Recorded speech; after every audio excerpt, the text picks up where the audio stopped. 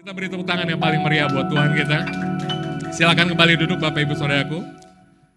Wow, hari ini full banget di atas panggung. Ya, saya mau apresiasi teman-teman yang udah melayani. Mario tadi udah berkali-kali lah ya, jadi WL udah semakin fasih. Udah bisa ngambil fill in, udah kayak WL beneran gitu ya. Terus juga ada Faya dan Nio ya. Wow, Nio itu suaranya sangat berat saudara ya. Maskulin banget gitu. Terus juga tadi ada Marco di drum, Coco di bass, terus kita kedatangan teman kita, tamu kita Yogi ya. Kita boleh tepuk tangan, terima kasih untuk semua pelayanannya teman-teman.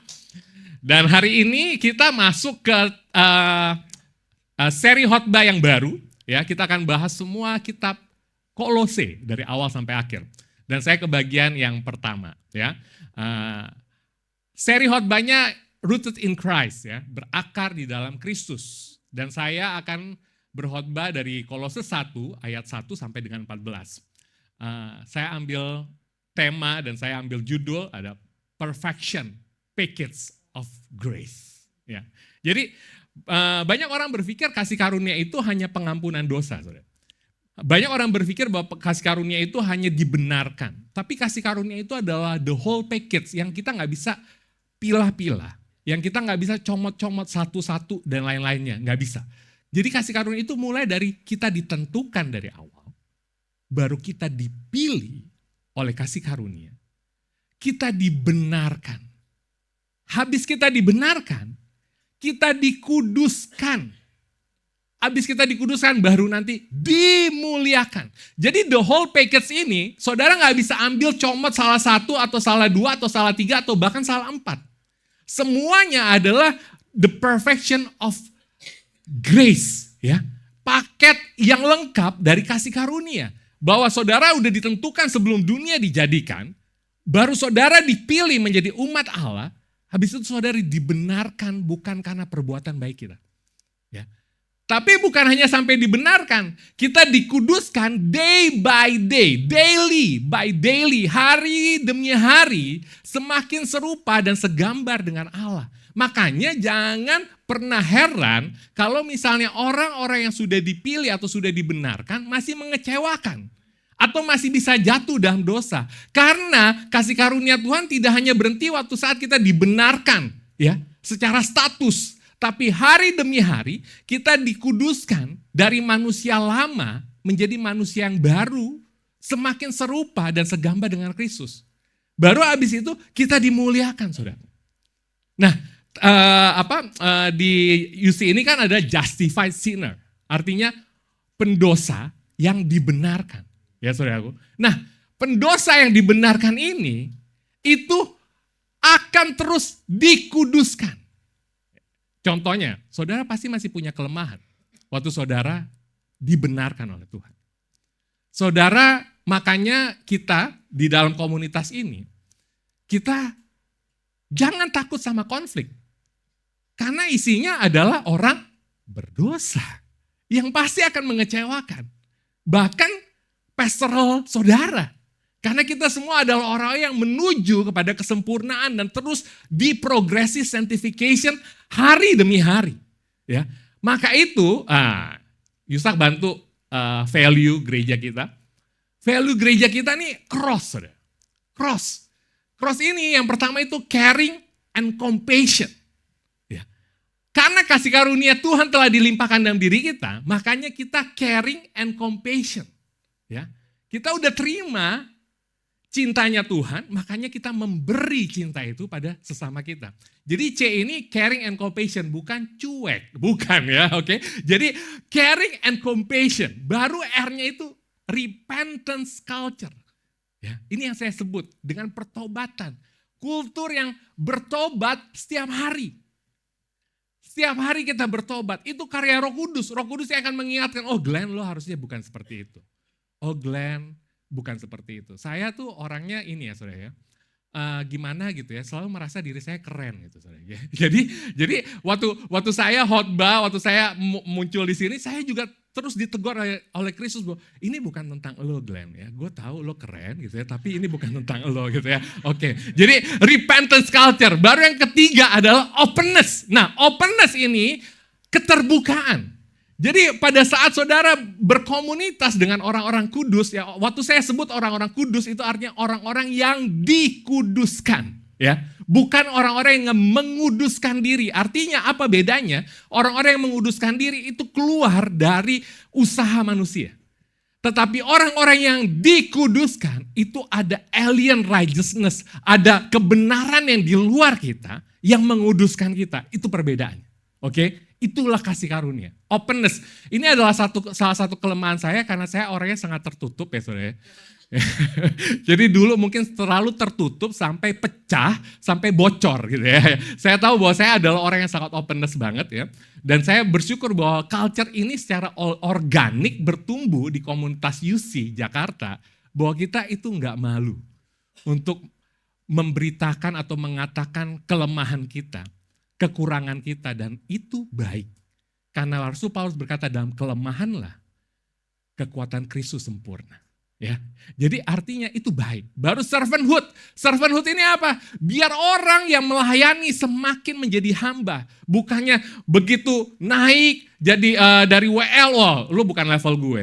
Begitu udah jadi pengkhotbah, oh gue udah level segalanya. Enggak ada saudara. Semakin kita ada di atas, semakin kita menjadi hamba. Dan yang terakhir ini yang paling penting adalah scripture based.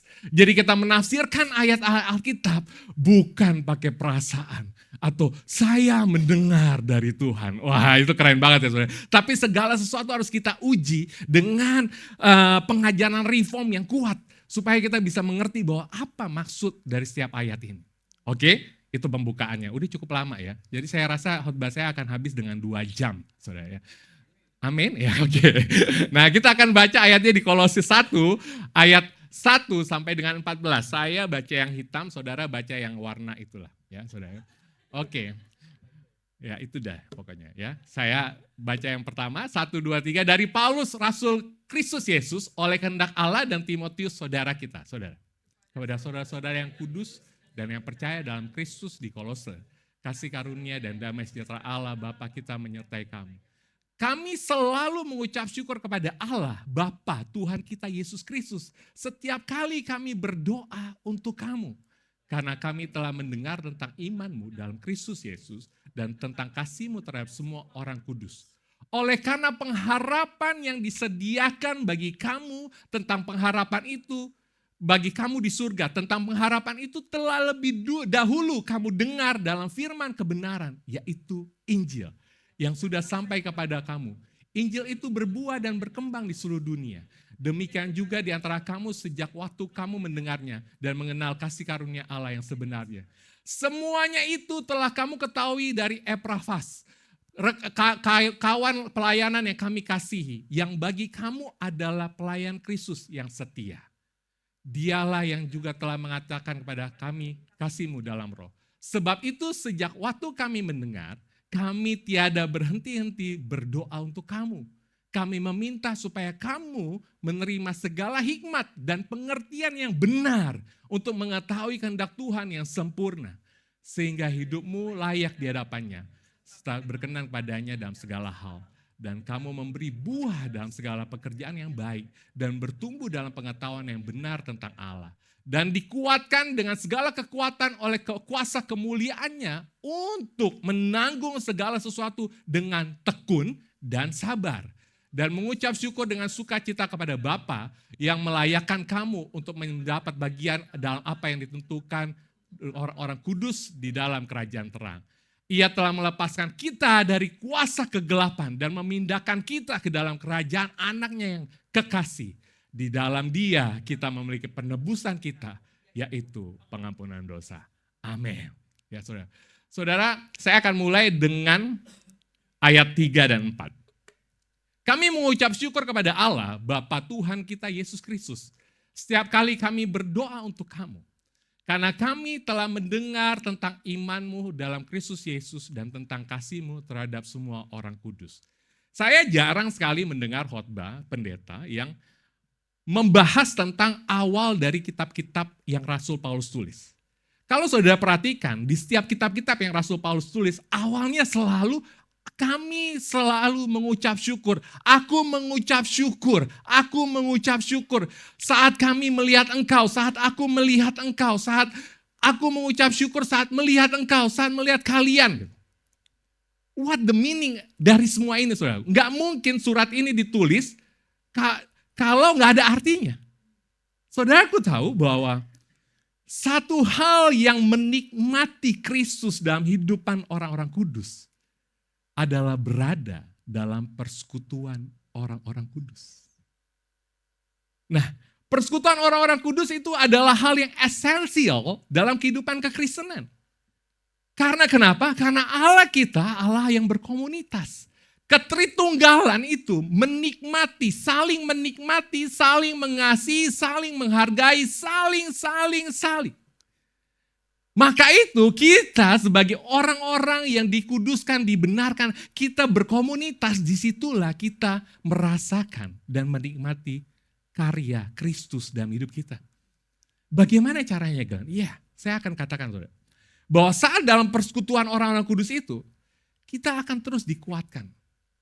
Tidak ada yang kuat sendirian.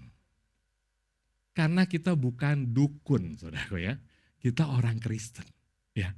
Kita adalah persekutuan orang-orang kudus yang bukan superhero. Bahkan Avenger aja, bahkan Iron Man aja butuh Avenger.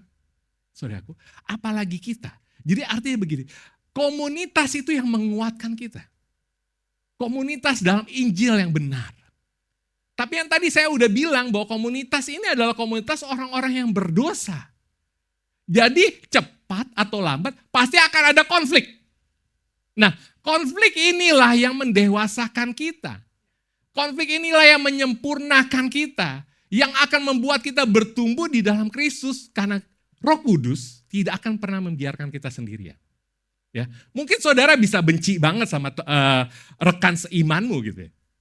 Tapi entah kenapa kalau saudara benar-benar orang pilihan, Roh Kudus akan terus membawa saudara dideketin sama tuh orang ya. Ya saudaraku. Tapi waktu itu didekatin, saudara akan mampu untuk mengampuni. Saudara dimampukan untuk memahami. Saudara dimampukan untuk merendahkan diri. Dimampukan. Ya saudaraku. Nah, ini adalah persekutuan orang-orang kudus. Nah, disitulah kita akan menikmati Kristus. Waktu saat saudara, gimana caranya saudara menikmati Kristus? Waktu saat saudara, iya ya, kok gue bisa memaafkan ya? Iya, kok gue bisa merendahkan hati ya? Ini bukan gue banget loh. Iya, kok gue bisa tetap stay di komunitas ini ya walaupun gue ada enak sebenarnya. Nah di situ saudara akan memuliakan Allah. Wah luar biasa, ini bukan diriku lagi. Tapi Kristus di dalamku. Di situ saudara akan memuliakan Allah. Waktu saudara memuliakan Allah oleh karena apa yang Allah lakukan dalam diri saudara. Di situ saudara akan mulai melihat orang-orang di sekitar saudara yang tadinya nyebelin. Kok jadi makin manis ya? Yang tadinya nggak mau pelayanan, kok sekarang willingly ya mau pelayanan. Yang tadinya lalot, kok sekarang ngerti banget ya firman Tuhan. Nah, waktu saudara melihat komunitas saudara bertumbuh, akhirnya saudara keluar yang seperti Paulus katakan ini. Aku mengucap syukur kepada Allah setiap kali aku melihat kalian. Aku mengucap syukur kepada Allah. Inilah cara kita menikmati Kristus yang tidak kelihatan secara kasat mata. Melalui persekutuan orang-orang kudus. Disinilah kita menikmati Kristus. Dan apakah persekutuan orang-orang kudus ini hanya untuk orang ekstrovert seperti saya? Tidak ternyata saudara. Bagaimana dengan orang-orang introvert? Kak, aku kan gak kayak Kak Glenn. Kak Glenn kalau datang langsung nyapa semua orang. Tapi kalau aku ketemu orang aku langsung takut Kak gitu loh. Aku harus aku introvert Kak, aku gak kayak Kak Glenn. Orang introvert yang dipanggil menjadi orang pilihan Allah bukan dipanggil untuk menjadi orang ekstrovert. tetap menjadi orang introvert di dalam karya Kristus, saudara. Kenapa saudara membangun benteng supaya nggak ada orang yang masuk? Karena saudara sebenarnya sedang ego. Saudara merasa ini dunia gue, nggak boleh ada yang masuk. Nah, waktu saudara berkomunitas, saudara sedang belajar untuk menanggalkan keakuan dan bisa menerima orang lain mulai masuk dalam hidup saudara. Mungkin saudara nggak akan seekspresif saya, tapi saudara akan menikmati Kristus dari perubahan hidup saudara yang tadinya nggak mau menerima orang lain. Saudara mulai terbuka terhadap orang lain. Dan itu baik untuk kita. Karena kenapa? Karena orang ekstrovert hanya mempercayai dirinya sendiri. Ya. Dan saudara tahu tadi Roni udah bagiin. Bagaimana kita bisa mempercayai diri kita sendiri? Padahal hati kita itu licik. Adalah satu kesalahan bahwa kita hanya bisa mempercayai diri kita sendiri. Karena saudara introvert, karena saudara takut orang lain akan mengecewakan saudara, orang lain akan menyakiti saudara, tapi sesungguhnya dirimu sendiri pun bisa mengecewakan dirimu. Sudah pasti. Karena kenapa? Karena yang orang berdosa bukan hanya orang lain, tapi dirimu sendiri adalah orang berdosa yang hatinya sudah hancur, hatinya sudah licik. Nah, disitulah kita mengenal bahwa persekutuan orang-orang kudus ini sangat bermanfaat untuk pertumbuhan kekudusan orang-orang pilihan Tuhan. Wah, ini sih luar biasa sih. Ayat ini sebenarnya bisa menjadi satu khotbah khusus sendiri aja gitu ya. Nah, kenikmatan Kristus saat kita melihat komunitas Injil berkasih karunia. Waktu kita sudah mengalami kasih karunia, kita aja udah amazed ya saudara. Saya share sedikit, saya waktu masuk ke gereja ini kan saya dengan pergumulan yang sangat berat ya. Tapi entah kenapa Tuhan terus paksa saya untuk tekun aja terus di dalam gereja ini. Bertekun aja terus dalam gereja ini. Sekalipun saya punya konflik dengan satu orang di tempat ini. Tapi saya tetap ke gereja ini saudara. Saya tetap ke gereja ini. Saya juga gak tahu kenapa. Nah, waktu saya merasakan kasih karunia demi kasih karunia dalam diri saya, waktu saya mendengar Injil kebenaran, akhirnya saya bilang, wow luar biasa Tuhan, luar biasa. Terus saya kan mengenal saudara dari gereja ini pertama kali dibentuk ya. Jadi waktu saya melihat slow is fast, small is big. Waktu saya lihat satu persatu pertumbuhan iman, kebenaran dari dalam diri saudara, saya bersyukur saudara. Ya. Saya tuh bisa nangis sendirian di bawah, ya walaupun saya lagi nggak pelayanan. Waktu saya ngelihat teman-teman yang lain di sini melayani.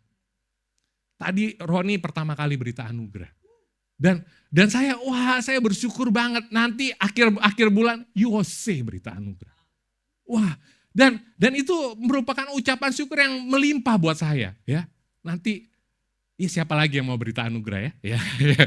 Ya ada lagi yang lainnya. Dan Waktu saat saya kesannya seperti ngejorokin orang untuk melayani. Ya.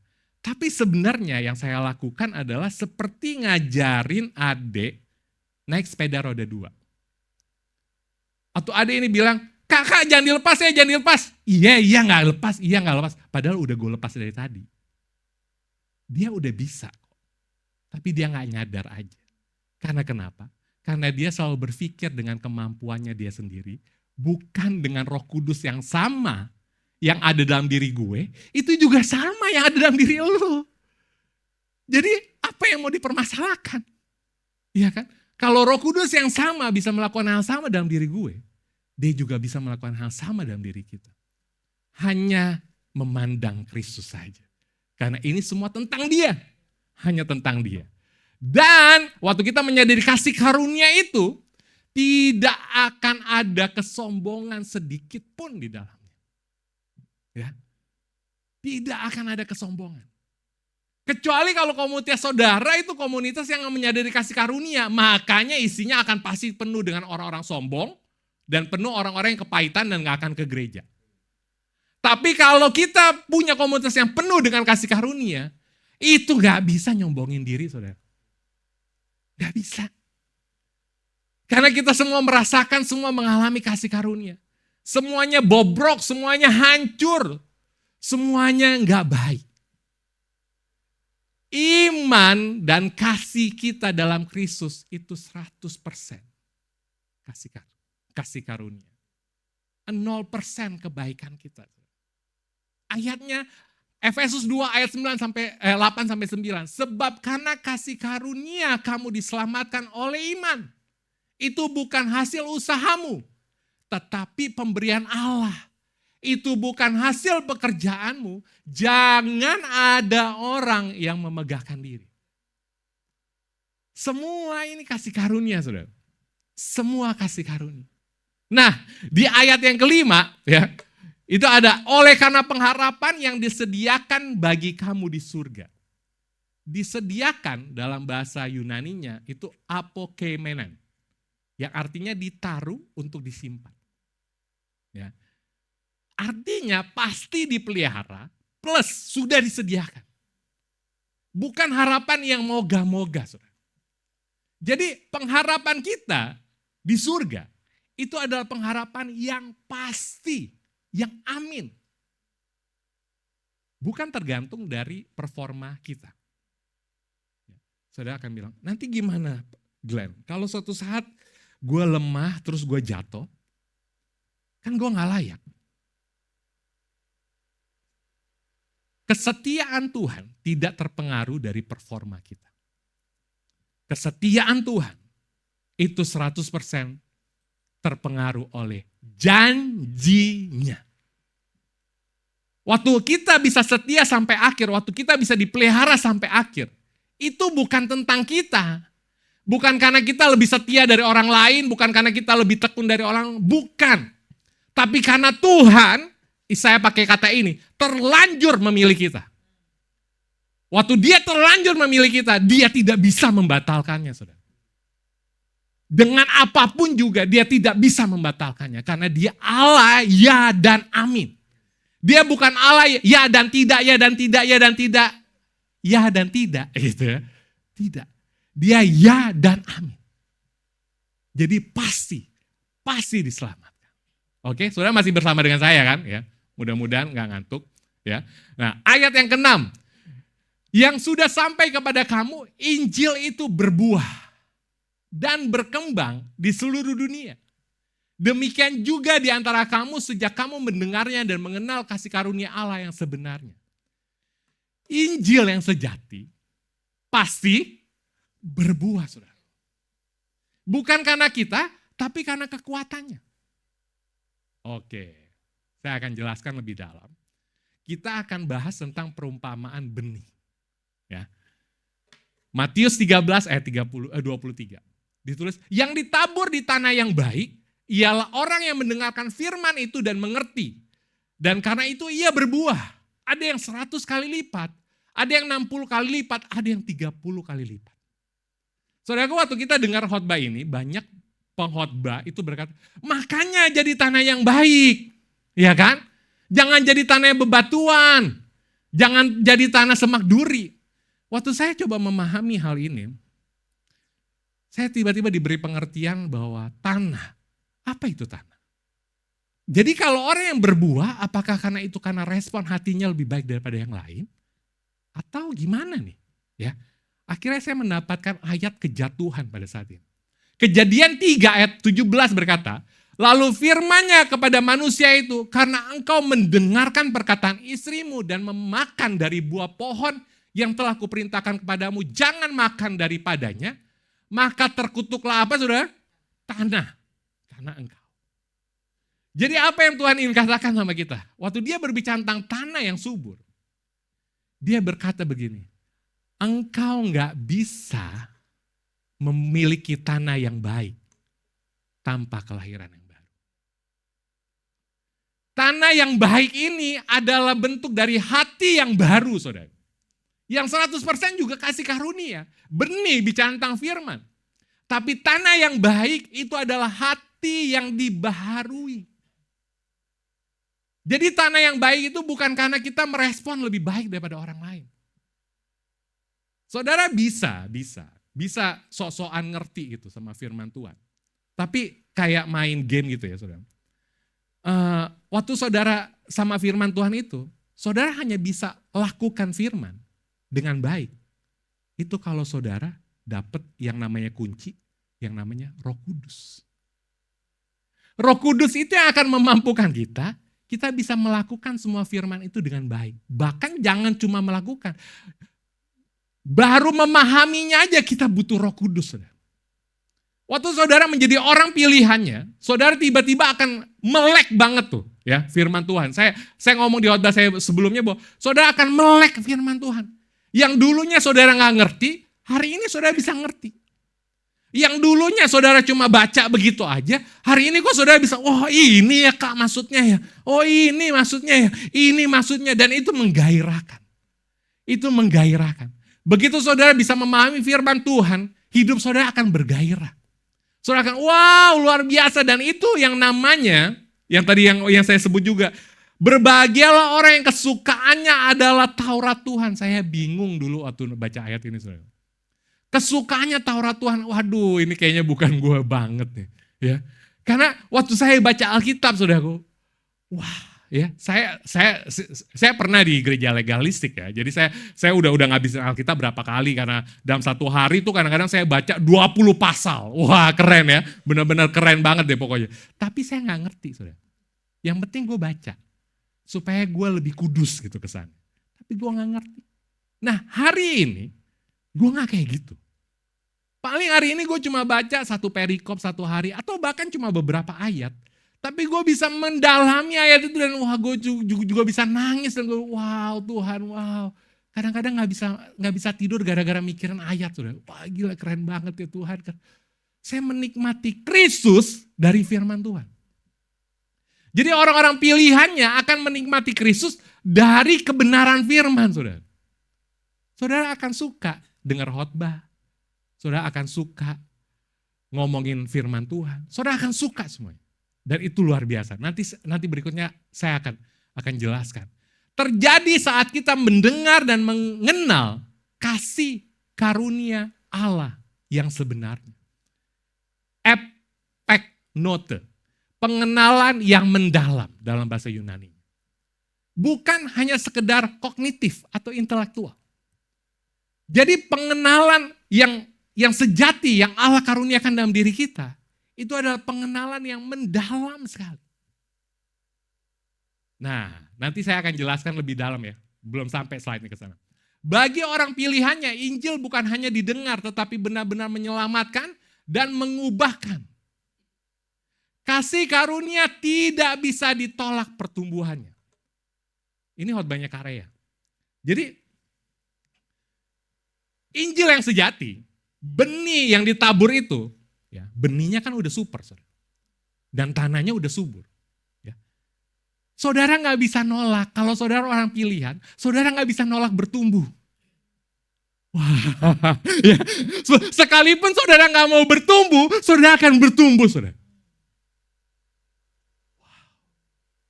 Sekalipun saudara nggak suka bertumbuh, saudara pasti akan bertumbuh. Ya, gila ini luar biasa saudara, ini dahsyat sih. Ya, kasih karunia yang tidak bisa ditolak pertumbuhannya. Karena benihnya dan tanahnya udah subur, jadi walaupun saudara nggak mau rajin ke gereja, tiba-tiba kok rajin aja. Saudara nggak mau ngumpul sama orang-orang gospel, tiba-tiba saudara kangen aja sama orang gospel. Ya. Saudara nggak mau lepas dari dosa-dosa saudara, tiba-tiba dibuat aja dosanya jadi nggak menarik. Jadi pertumbuhan dalam orang-orang pilihan ini nggak bisa ditolak. Jadi kalau saudara orang pilihan, pasti bertumbuh. Jadi pertumbuhan itu bukan syarat untuk menjadi orang pilihan. Tapi pertumbuhan itu adalah bukti kalau kita dipilih. Wow, luar biasa ya. Jadi pengertian dari irresistible grace ini juga ada di sini. Bahwa kasih karunia yang itu gak bisa kita tolak pertumbuhannya. Dia akan bertumbuh dari hari ke hari semakin serupa dan segambar dengan Kristus. Tadinya saudara gampang marah-marah, tadinya saudara gampang bete, sekarang kok udah sangat berkurang ya. Masih ada. Tadinya sering tiap hari overthinking gitu ya, OT, overthinking, semua juga dipikirin, tetangga, ya, sepupu, ya, kakek nenek, semua dipikirin gitu ya, nggak penting-penting dipikirin gitu. Lama-lama saudara udah mulai rest. Sampai bener-bener rest. Kasih karunia itu nggak bisa ditolak loh saudara. Karena kenapa? Karena Allah yang ada dalam diri kita. Masuk akal kah kalau seorang manusia mengatur Allahnya? Nggak masuk akal. Ya, Roh Kudus jauh lebih kuat daripada kita, saudara. Ya, dia adalah Allah yang mempunyai langit dan alam semesta ini. Dan dia tinggal dalam diri kita dengan pribadi ketiganya yang bernama Roh Kudus. Roh Kudus itu jauh lebih kuat daripada kita. Jadi sekalipun kita nggak mau bertumbuh, dia tetap akan bertumbuh, saudara. Dia akan tetap bertumbuh. Oke? Nangkep ya dari sini ya. Oke, kita tepuk tangan dulu deh supaya nggak ngantuk. Tepuk tangan yang paling meriah buat Tuhan gitu, luar biasa. Nah, ayat 9 dan 10 saya akan masuk. Sebab itu sejak waktu kami mendengarnya, kami tiada berhenti-hentinya berdoa untuk kami meminta supaya kamu menerima segala hikmat dan pengertian yang benar untuk mengetahui kehendak Tuhan yang sempurna, sehingga hidupmu layak di hadapannya, serta berkenan kepadanya dalam segala hal.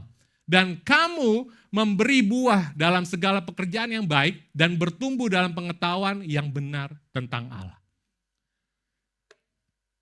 Orang pilihan akan haus dan lapar akan kebenaran. Ini udah pasti, saudara. Saat kita tidak makan, kita tidak merasa bersalah. Tapi kita merasa lapar. Saat kita tidak minum, kita tidak merasa bersalah. Tapi kita merasa haus. Saat kita tidak bergospel, kita tidak merasa bersalah. Tapi kita merasa lapar dan haus. Nah, cek. Saudara datang ke gereja ini karena nggak mau merasa bersalah sama Pak Gem, sama Glenn atau sama Karea, atau karena saudara rasa lapar dan haus. Saudara bergospel, mempunyai firman Tuhan, cek. Ini saudara karena pengen dekat sama teman-teman, atau memang karena saudara lapar dan haus.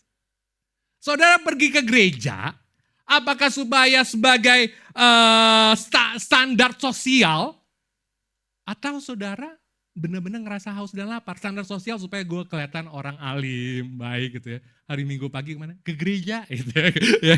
Itu kan kedengarannya, wah kudus banget gitu ya. Atau karena saudara rasa lapar dan haus. Ini penting untuk kita mengerti, kita orang pilihan atau tidak.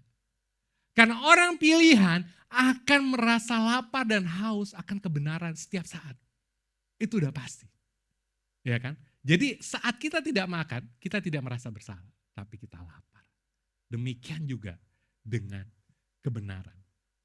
Karena pengetahuan akan Allah adalah dasar kehidupan yang benar. Waktu kita mengetahui tentang Allah, itu adalah dasar kehidupan yang benar. Itu yang akan menguduskan kita dari hari ke hari. Nah, gimana caranya mengetahui dan mengenal Allah? Itu yang jadi pertanyaan. Gimana caranya? Oke. Nah, ini saya dapat slide ini berikutnya dari Evangelis Bejoli. Ya. Akhir-akhir ini saya sangat diberkati banget sama Bejoli dan saya terus ikutin semua pengajarannya di YouTube ya, yang susah-susah itu, yang ribet-ribet itu saya ikutin semua. Dan Bejoli berkata seperti ini, usaha untuk mengenal mengetahui. Yang pertama contohnya benda mati. Ini benda mati. Waktu saya mempelajari botol ini, 100% inisiatif dari saya. Ya. Saya lihat, oh botolnya tutupnya warna apa ini? Orange ya kalau nggak salah ya, orange. Nah, oh ini ada airnya, buka dulu. Oh, jatuh gitu kan ya. Saya minum gitu. Air beneran gitu ya. Nah, waktu saya mempelajari hal itu, 100% adalah inisiatif saya. Waktu saya berusaha mempelajari binatang, ada sedikit inisiatif binatang. Jadi waktu saya mau deketin rusa nih, terus rusanya tahu saya ada, dia kabur, saya jadi nggak bisa mempelajari dia.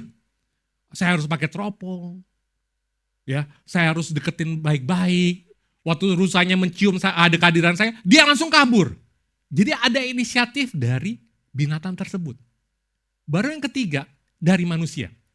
Ini inisiatifnya 50-50. Contohnya gini lah, saya mau deketin Faya misalnya. Ya. Misalnya nih ya, ini misalnya saya sudah berisi, jadi jangan berasumsi yang lain-lain. Faya, cantik gitu ya, saya deketin. Waktu saya deketin, tiba-tiba Fayanya nggak mau. Mungkin karena saya bau ketek gitu kan, atau gimana gitu ya. Fayanya nggak mau. Nah, jadi saya nggak bisa deketin Faya dan mengenal Faya lebih dekat karena Fayanya nggak mau. Karena waktu kita berusaha untuk mengenal dan mengetahui manusia itu 50-50. Tergantung dari saya dan Faya. Gitu. Nah, tapi kalau Allah, inisiatifnya 100% dari Allah. Jadi kalau Allah ingin kita mengenal dia, dia yang harus memilih kita. Dia yang harus memilih kita untuk supaya kita mengenal Allah. Nggak bisa dari diri kita sendiri. Karena dia Allah. Ada astronot yang naik ke bulan dan dia berkata, aku sudah ke bulan, aku sudah keluar angkasa. Dan aku tidak menemukan Allah di sini. Jadi Allah tidak ada. Itu sama halnya seperti Romeo and Juliet pergi ke bulan.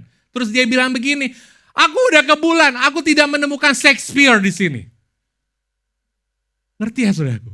Bagaimana seorang pencipta, bagaimana seorang yang diciptakan bisa mengatakan itu pada penciptanya?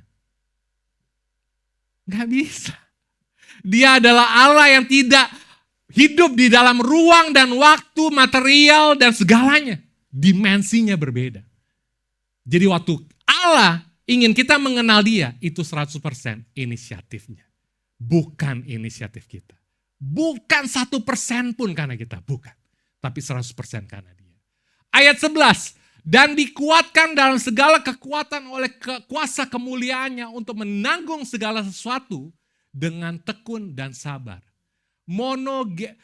Monergisme reform. Allah bekerja satu arah dalam menjaga umatnya untuk tetap tekun dan sabar. Wah, ini keren saudara. Ya. Jadi menanggung segala sesuatu dengan tekun dan sabar. Waktu saudara bisa tekun. Ya. Karena ini keren loh, ini UC ini luar biasa. Kita ibadah udah 2 kali ya. Tapi mostly yang ibadah pagi ini datang lagi sore. Dan sore itu lebih banyak.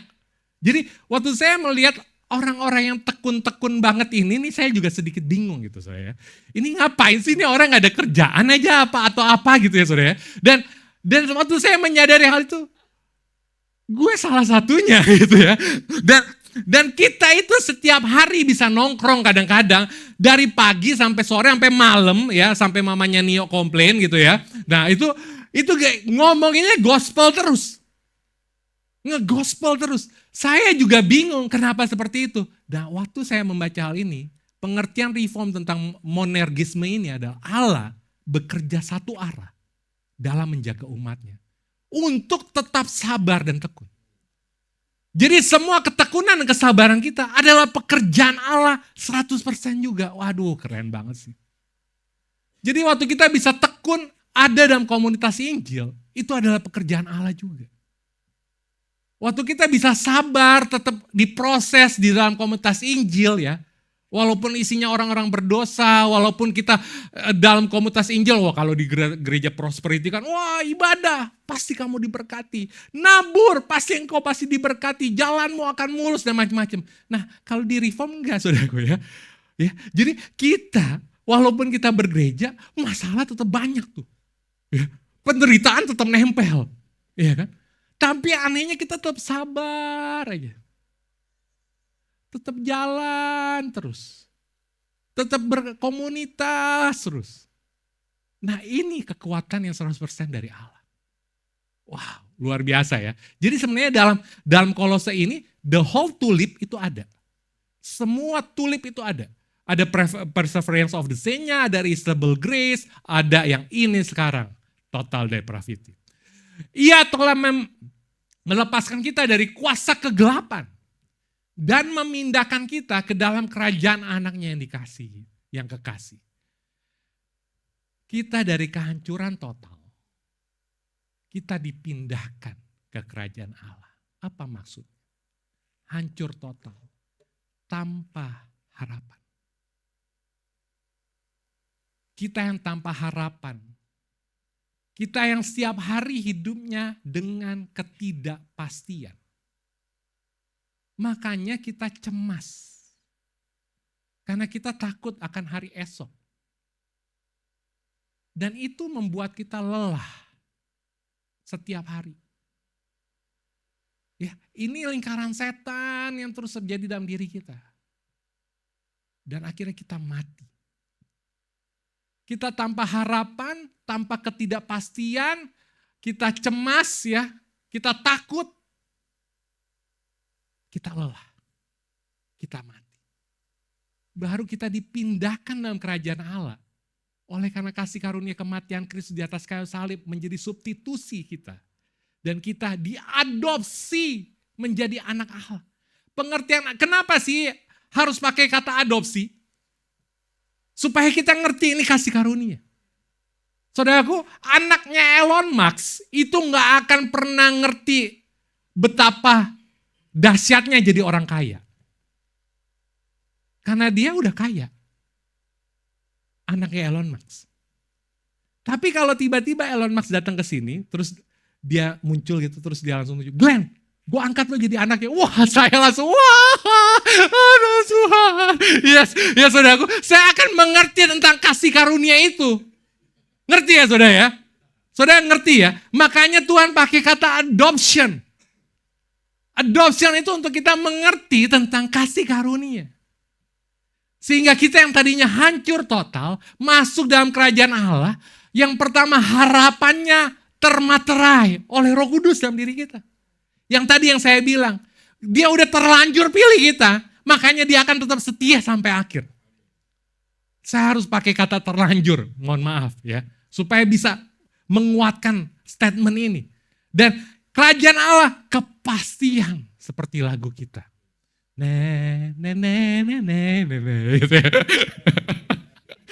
Gitu ya. Kepastian. Dan kita punya rasa aman dalam damai yang kekal. Dan kita berani aja gitu. Ya, berani aja karena penyertaan Kristus kekal. Sekalipun masih ada penderitaan. Tapi kita beda sama yang dulu. Yang dulu kita selalu cemas dengan penderitaan kita selalu khawatir.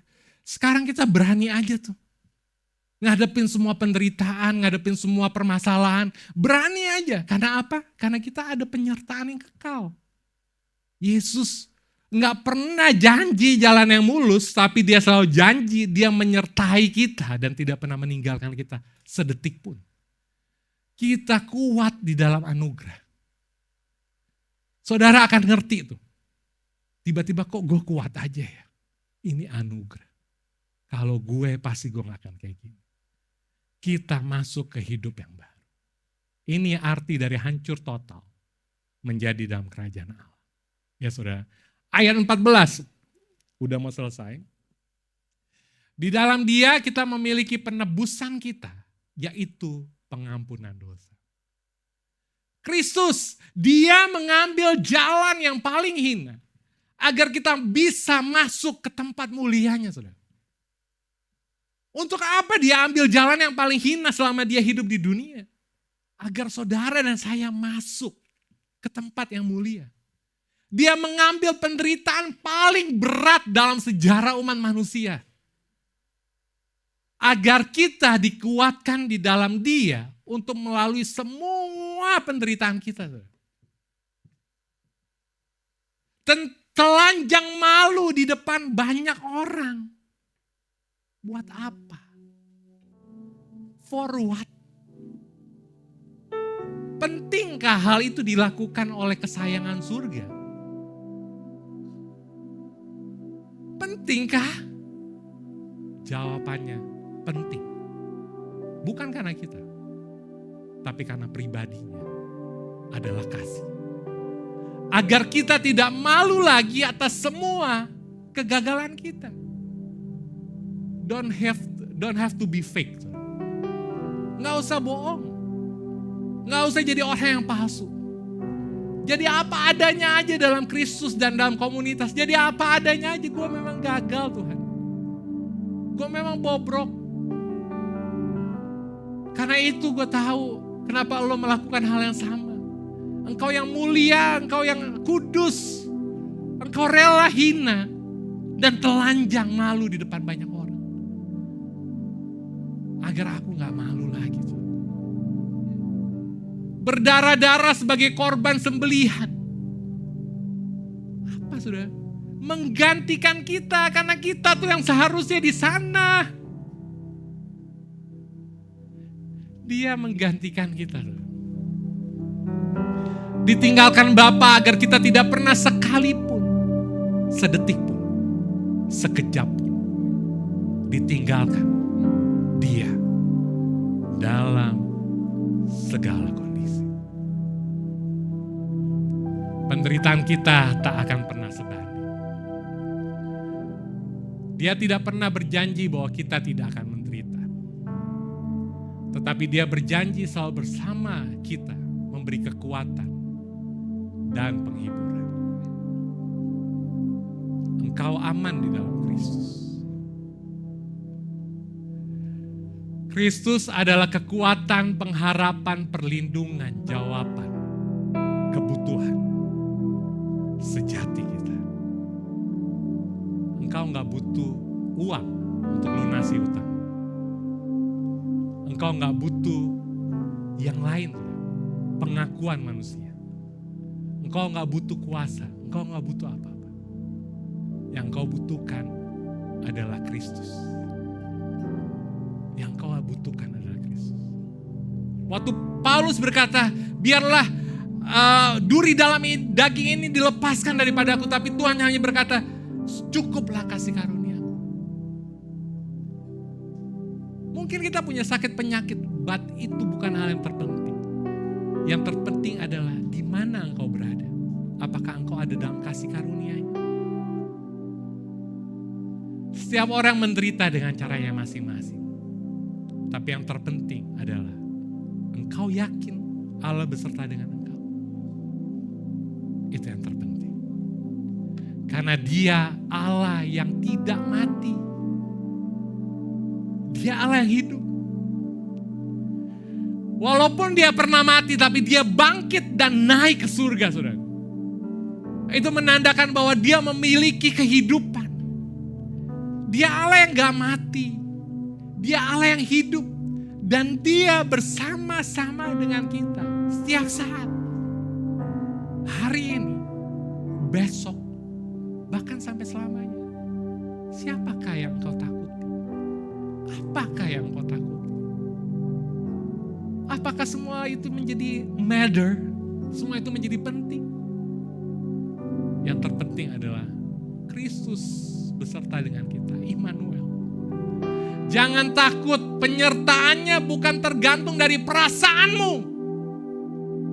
Saat kita merasa kayaknya aku jauh nih dari Tuhan. Kayaknya aku lagi gak layak nih sama Tuhan. Kayaknya Tuhan ninggalin aku nih. Hey, penyertaannya bukan tergantung dari perasaanmu. Tetapi dari janjinya. Dari janjinya.